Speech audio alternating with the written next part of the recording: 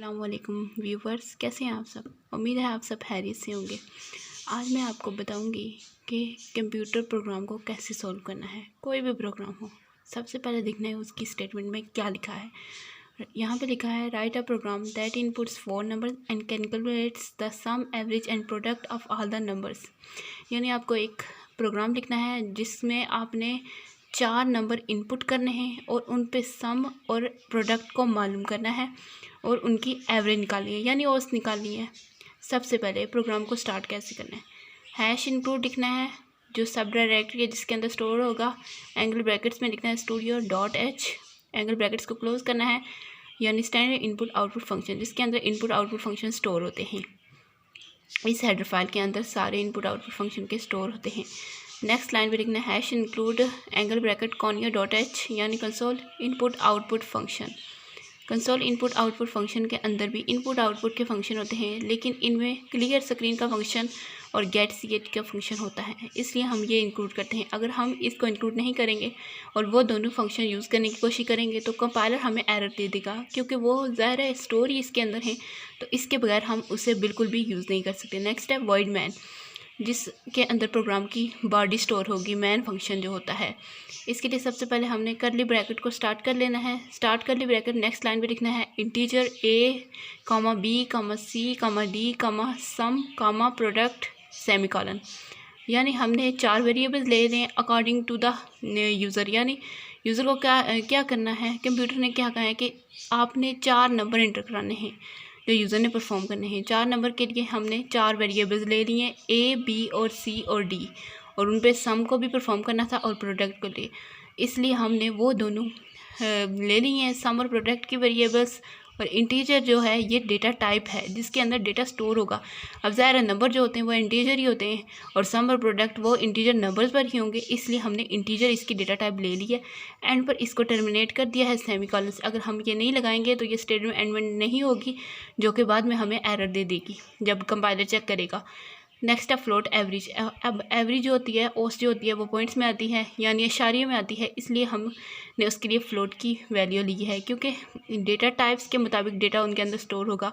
अब integer float के अंदर स्टोर नहीं हो सकता और फ्लोट इंटीजर के अंदर नहीं हो सकती, क्योंकि ये अलग अलग फंक्शन बने हुए हैं डेटा टाइप्स के, इसलिए हमने अलग अलग ले लिए हैं। नेक्स्ट है क्लियर स्क्रीन का फंक्शन। इसके ये शॉर्ट फॉर्म में लिखा हुआ है, लेकिन इसकी फुल फॉर्म क्लियर स्क्रीन है। क्लियर स्क्रीन अगर हम ये यूज़ नहीं करेंगे तो हमें आउटपुट क्लियर नहीं अवेलेबल होगी स्क्रीन पे, इसलिए हमने ये फंक्शन यूज़ किया है। नेक्स्ट है print F, start bracket double quotes inter 4 numbers colon double quotes bracket close semicolon. यानी हमने कंप्यूटर को देने हैं जो वो आउटपुट में शो करेगा 4 नंबर, जो कि हमारे क्वेश्चन में भी है। इंटर 4 नंबर्स हमने कंप्यूटर को इंटर करने हैं 4 नंबर्स। नेक्स्ट है स्कैन एफ, फिर वही ब्रैकेट लिखनी है double quotes %d double quotes and a, and b, and c, and d semicolon. अब ये %d जो a है ये वेरिएबल के एड्रेस है, यानी जो a की वेरिएबल है। ऊपर हमने a ली थी, अब a इसके अंदर स्टोर होगा। a के लिए जो %d, पहला %d है वो इससे के अंदर स्टोर होगा, दूसरा %d एंड b के अंदर होगा, तीसरा %d एंड c के अंदर होगा, और चौथा %d एंड d के, जैसा कि आउटपुट में शो हो रहा है। इंटर 4 नंबर हमने 4 नंबर लिए 2, 4, 6 और 8। अब जो इंटर 4 नंबर है वो तो हमने प्रिंट एफ की स्टेटमेंट लिख के इंटर करा दिए।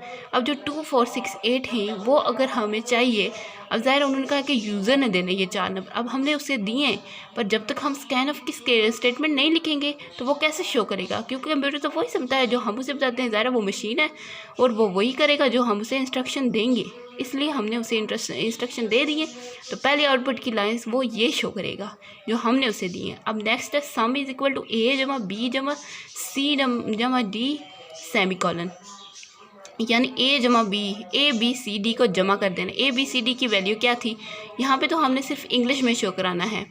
ऊपर वैल्यूज़ क्या थी 2, 4, 6 और 8, यानी उन चारों को जमा कर देना है।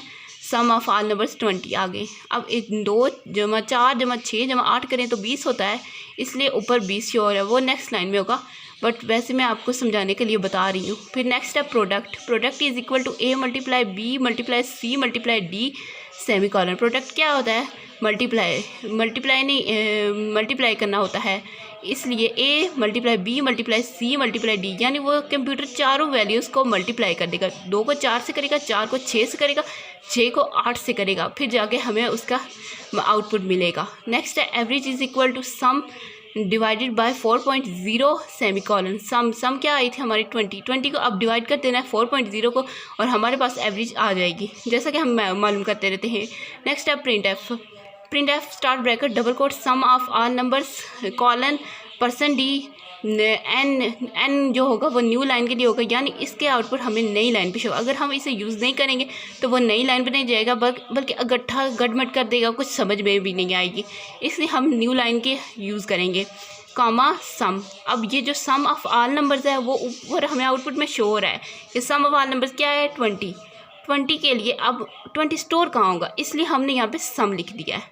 सम के अंदर इसकी वैल्यू स्टोर होगी। अब ऊपर वो सम ऑफ ऑल नंबर तो शो कर रहा है, लेकिन अगर हम उसे आगे परसेंट डी एन नहीं देंगे, डेटा टाइप इसकी क्या है इंटीजर, इसके लिए हमने परसेंट डी यूज़ किया। अगर हमने ऊपर डेटा टाइप इसकी फ्लोट होती तो हम इधर परसेंट एफ यूज़ करते, क्योंकि शुरू से लेकर एंड पर हमें वही चीज़ यूज़ करनी होती है जो हमने पहले इनिशियलाइज़ की है। जो हम चीज़ इनिशियलाइज़ करते हैं आगे डिक्लेयर भी हमें वही करनी पड़ती है, इसलिए हमें शुरू से लेकर एंड तक वही करना पड़ता है, अदरवाइज़ वो हमें एरर देगा।